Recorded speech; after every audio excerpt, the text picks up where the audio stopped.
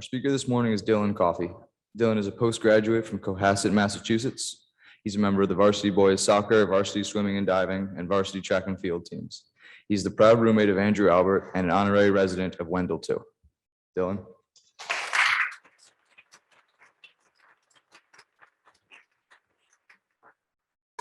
Hello, everyone. Before I get started, I quickly want to say two things. Firstly, I want to thank the Hill for allowing their students and faculty to have such a beautiful tradition as this. The opportunity to enrich and enlighten nearly the entire Hill family at once is truly something special. And as a PG, I'm grateful to be a part of it. Secondly, I'll be asking questions throughout my talk. If your answer is yes, or it applies to you, please raise your hand. Let's give it a practice run. Who here, this is an easy one, is a current Hill student? That was easy. Who here is a sixth former? There we go. Who here lives in Wendell dormitory? Yeah, best dorm. Who here is a head of school? It would have been really awkward if anyone else raised their hand. Who here has or has kept a secret? Secrets are interesting things. In some cases, they can be good. Like if a friend asked if you remembered their birthday, and instead of telling them about the surprise party you and their friends had planned for them, you say no. But secrets can also be negative. They can be some of the most emotionally destructive aspects in our lives. If someone's secret is spread, it can be detrimental to their confidence. It can create struggle. I have a secret, but I didn't always know what that secret was. In fact, for the greater portion of my life, I didn't even know I had a secret to keep. I played sports, rode around town on my bike, had an annoying little sister. Everything was normal. Nothing out of the ordinary for Dylan Coffey. Oh, I went to summer camp too. And at the peak of my first year at William Lawrence Camp was a group hike of Mount Washington, a grueling 3-day excursion, including sleeping on wooden platforms, rolling my ankles countless times, and having only a tortilla for 3 meals in a row, which left me and the rest of my fellow hikers extremely tired on the last day. And as we arrived back to camp and headed to the showers, a bunch of 13-year-old boys did not smell fantastic after 3 days and no soap. Who knew the moments after would change my life? Miles, a good friend of mine, also went on the trip. While talking as we walked back to our cabin, that was when I felt something I had never felt before. It took me nearly 4 months to even put a name to that feeling, but when I did, the paralyzing anxiety that plagued my high school experience sparked. The idea that I was associated with a concept that was always negative hurt a lot. Kids would casually say, "Oh, Miss Noble's giving a quiz next period. God, that's so annoying. That's so weird. That's so awful. That's so bad. That's so wrong."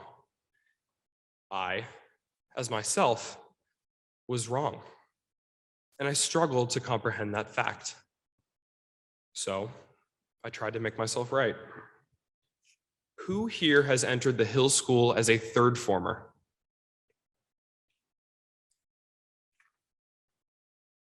Who here, when they came to Hill, knew absolutely nobody going in? I mean, 0 people. Freshman year, I left my small hometown school to enroll in Boston College High School, a Jesuit private institution with 1,600 boys. Knowing no one, I saw this as a new start. I could fix the wrongness that I seemingly couldn't escape. I made a new group of friends, made the soccer team, but I was more miserable than ever. Every moment, all I could think about was being out of the norm and the ways I could fix it. I was hyperconscious and critical of every word, every movement I made, shielding almost everyone from my true self. Almost everyone. Luke sat in front of me in chemistry class sophomore year. He was a little shorter than me, wore glasses, more fitted clothes too. He also had these piercing green eyes. which when he turned around to introduce himself, they were the first thing I noticed. We were fast friends, and every morning before school, we talked in the third floor hallway. We were friends, that's all. But we talked about a little more serious topics than friends normally would. Life, death, which cliques were annoying, which were cool, art, fashion, video games, teachers. We even sometimes talked about chemistry. These talks, even if they were only about 15 minutes a day, took me out of that struggle. Before I knew it, sophomore year was coming to an end. And during those brief conversations before school every morning, I felt good. I felt like myself. And I couldn't wait for the both of us to be in AP chemistry the year after. Luke then said he was transferring to a small school called Walnut Hill to focus on art.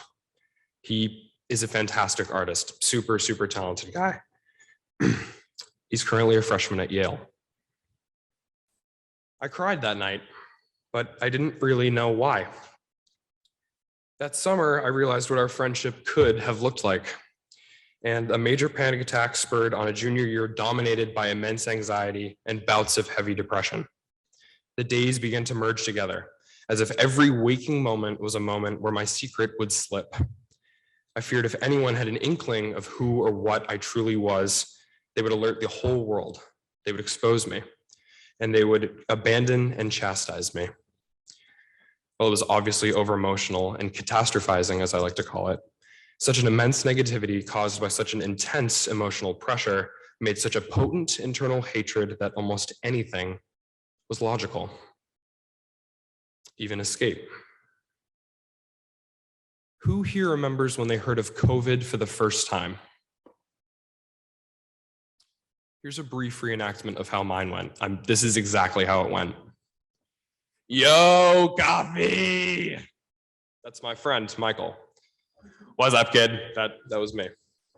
Our A-push test got pushed to next Friday. This COVID thing is sick! That is how Mike introduced me to the pandemic. In an instant, my junior year went from the most frantic year of my life to a complete halt, as I'm sure it did with all of you. The pause created by the pandemic left the mask that I'd worn to protect my identity lying useless on my bed alongside myself attending Zoom classes. During that time, I walked my dog Pele nearly every day. Who here has a pet?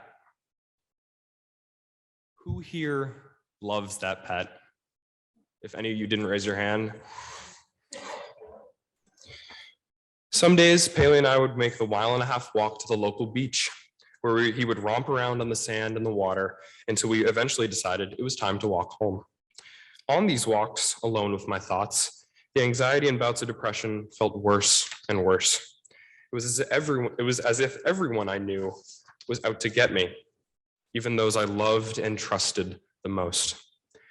I found it hard to love others, as I couldn't even love myself.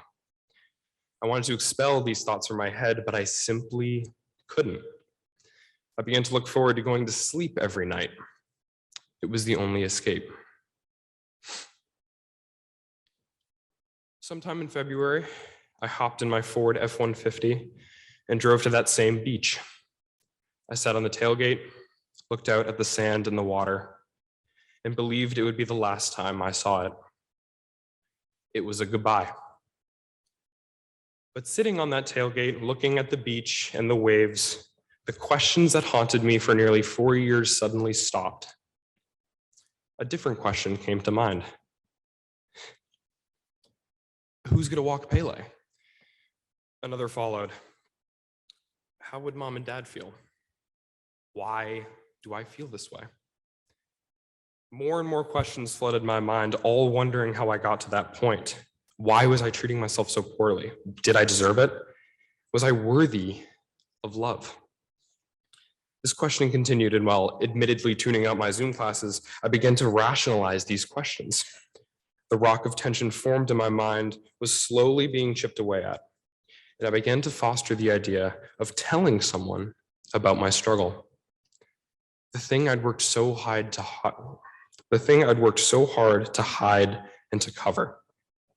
the cause behind loss of friends, sleep, confidence. I was simply going to tell someone.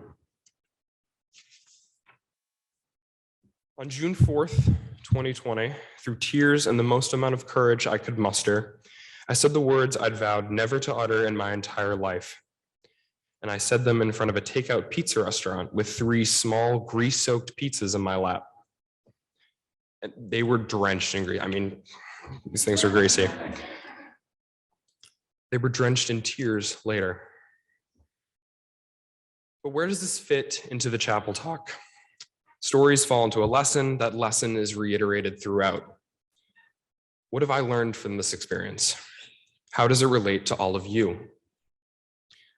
For the few who have gone through or are going through a similar struggle, I have a quote that a third former shared with me, someone who's wise beyond his years.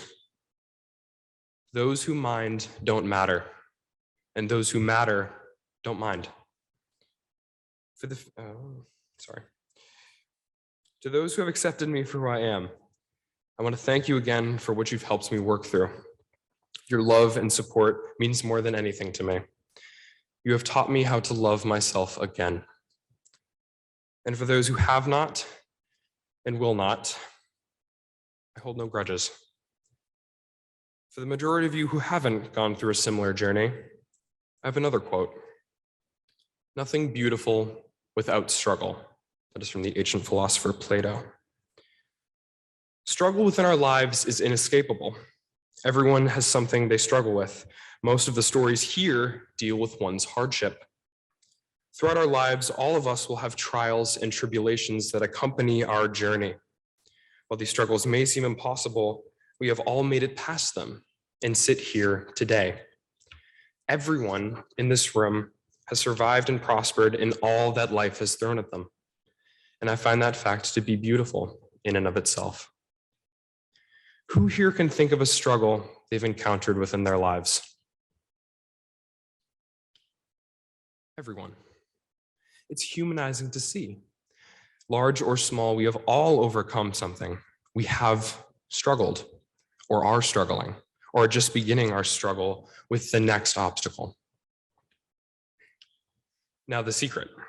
While it may not be a big event for you, this has become what I feel will be a pivotal moment in my life. Growing from such an extreme self-loathing and the inability to say 2 simple words to proudly pronouncing them on such a stage is something I've looked forward to since August 5th of 2021, my 18th birthday, and when Chapel Talks became accessible to PGs. So to commemorate this, I have something.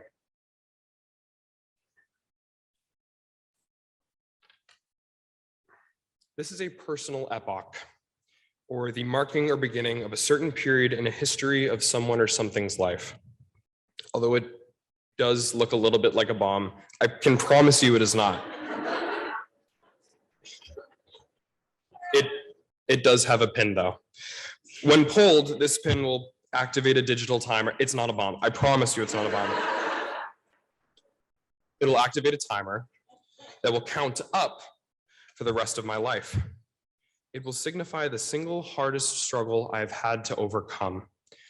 And hopefully it will be the beginning of a journey for all of you, whatever that may be. Who by chance thinks they know what my secret is, what my struggle has been? Well, you're right. My hair isn't real. It's actually a wig. I'm kidding. They're hair implants. Thank you all for listening to my struggle. Please go out and conquer yours. I'm gay.